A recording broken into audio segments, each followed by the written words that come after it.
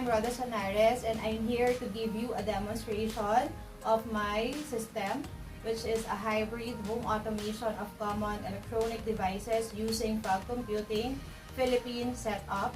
And the goal of my study is to design and develop a home automation system that composed of the following. I have here the IP-based CCTV, also the fire detection and alarm system, and the access control. I use RFID door access, and part of it is the magnetic door lock and also the push button door exit. And also part of my study is the Wi-Fi switch or the automatic lighting system that uses 3 bulbs. And lastly, the smart outlet or the electronic power outlet or the convenient outlet. And all of these devices is mounted here. This is my mock-up design or the mock-up prototype system, and with a frame and a base plate. Okay, for the fire detection and alarm system, I use the brand Sonoff. I have here the fire bell, the fire indicator light, and also the manual pull-down switch. And in a traditional way, or if for example we encounter a fire, normally merong smoke or merong apoy, ang ginagawa po natin is to simply go in the area where this pull-down manual switch is located. Ang gagawin po natin is to simply push in and then pull down. So automatically, magkakaroon po ng alarm, the bell, the lights, okay, and the fire indicator light.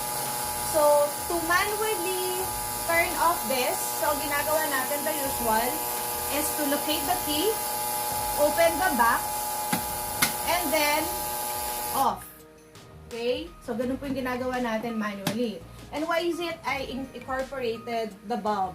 Kasi normally, paano kung halimbawa gabi yung ating fire, so hindi na tayo makakapunta dun sa ating switch, diba? Para buksan yung ilaw natin, para at least, kahit na gabi yan or kahit na umaga yan, so, meron pa rin tayong mga ilaw na kapag merong fire, automatically bumubukas. Okay? So, yan po yung ating light bulb. So, pwede po nating patayin yan. Okay? Yan. So, right after the demo of the manual, using the fire detection system, so, ang ginawa po natin manually is to push in and pull down yung fire switch natin. So now, with the use of my system, so this is my system, introducing to you the home assistant or home automation system. So this is the GUI of my system. So ang gagawin na lang po natin to activate the fire alarm is of course using this one. So kiklik lang natin siya dito, okay? So pag kiklik natin siya, automatically mag-a-alarm yung fire bell natin, also the light and the lights na meron tayo. Let's check. Okay, so ayan po ang ating mga alarm and even the lights. And of course, dito rin natin gagamitin, or eto rin yung gagamitin natin para ma-off natin ang ating alarm. Eto po siya. Okay, and also for the lights, so pwede rin natin siyang i-off using the system. Okay, pwedeng all. Kapag all, eto po siya. And then manually, isa-isa uli siya. Eto naman yung ating bulb 1, 2, and 3. Yan.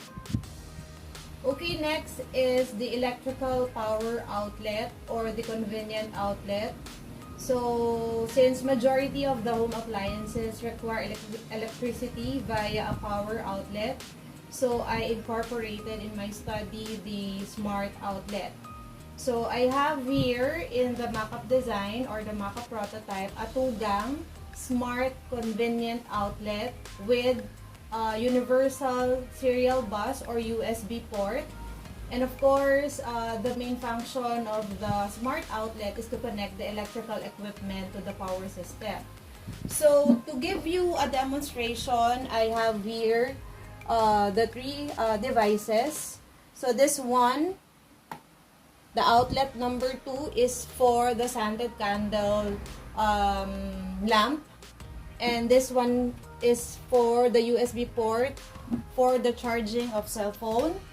And this one, the outlet number 1, is for the electric fan. So if we do it manually, so I can do it all together to turn on the appliances with the use of this button. So let's check if I turn this on. So if they are working, okay.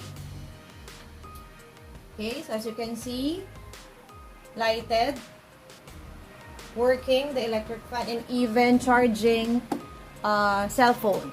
Okay, and then if I want to turn it off manually, so again I have to push this button and then I turn the appliances off.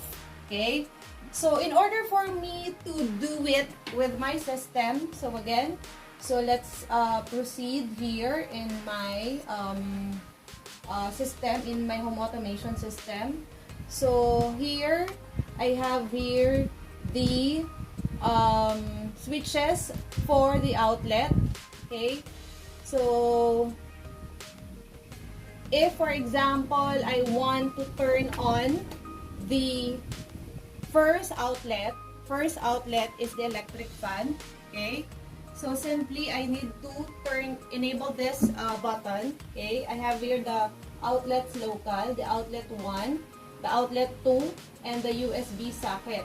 So outlet 1 is for the electric fan. So let's check if I can control the outlet 1 with the use of my system. Okay, let's check. 1, 2, 3. Okay, so the electric fan is now working. And then what about outlet number 2 for the lamp?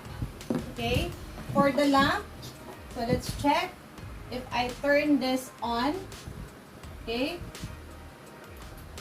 okay, it's working.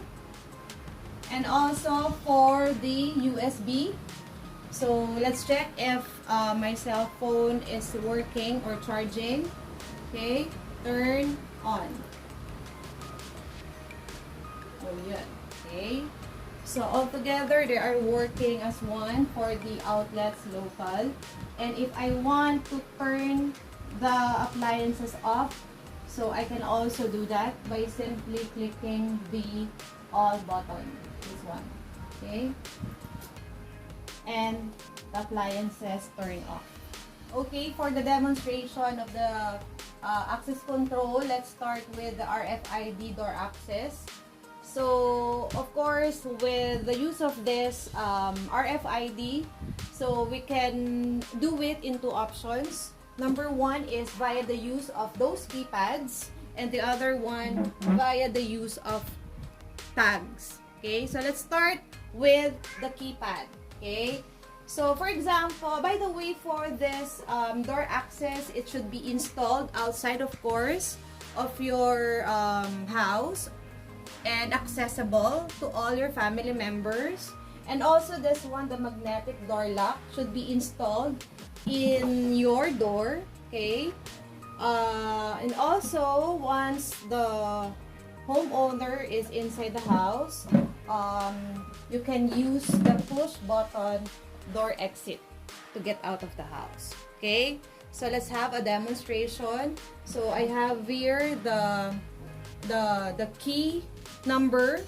Okay, so to enter the house, so you have to supply the key code. Okay, so for the key code, that is 111420 hashtag, and automatically, as you can see, the door will open.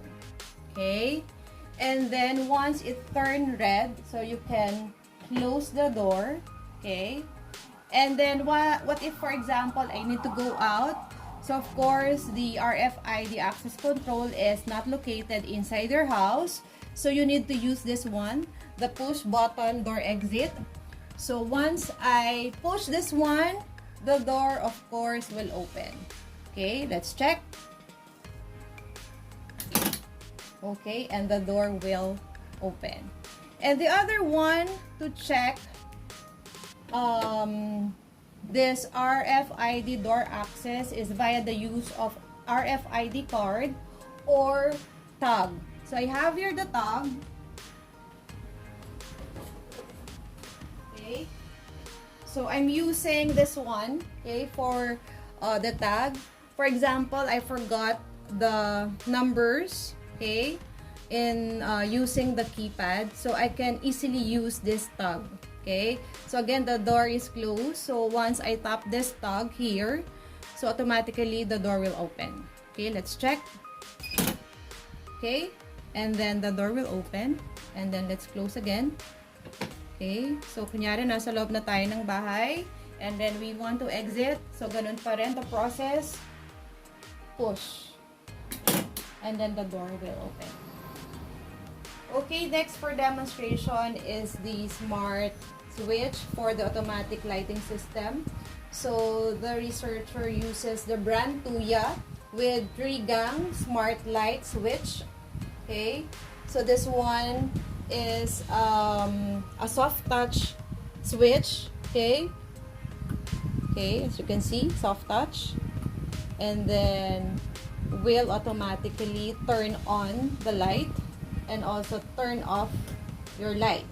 Okay, so that is the manual, our manual way in turning on and off our light. And if we're going to use our system, okay, so my system also capable of doing that. So I have here the light switches, okay, so same with the outlets, so I can control all together by clicking this one, and again the lights will turn on.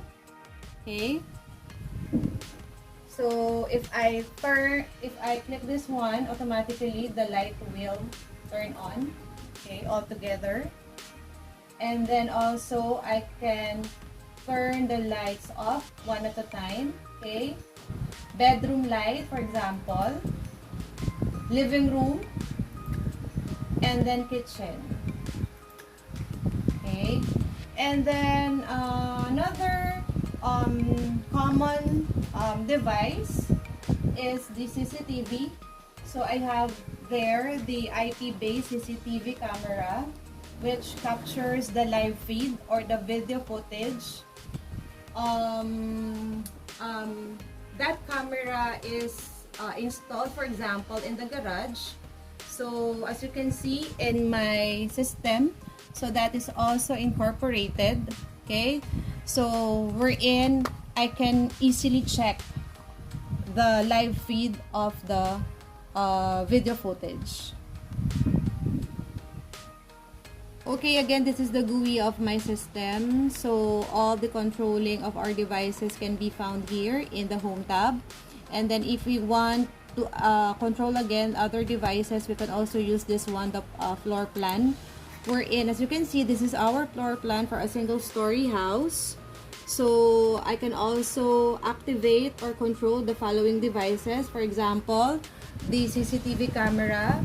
Once I click this one in the garage, so for example, that one, so I can easily check what's happening or the live feed.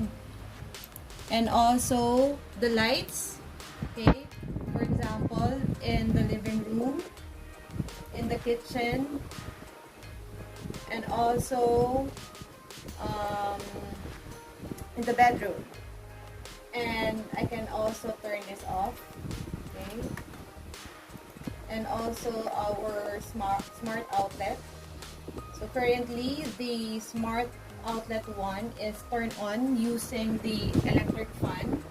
And if I turn that off, I can also do it. Okay, it's turned off. And also the other outlet number 2. Okay, the lamp. Okay, and also I have here the CCTV tab. Okay, the fire notifications, and also one of the feature of this system is to add my family members. Okay, so for example, I want to give access to my children. So I can easily add them to my system with the use of the configuration here in the people. And this one, I can easily add the person, this one, the plus sign, okay, and then give the name of the person, or I can add also the picture or the image of the of that person, and then automatically real time, so they can be added here and they can use the system.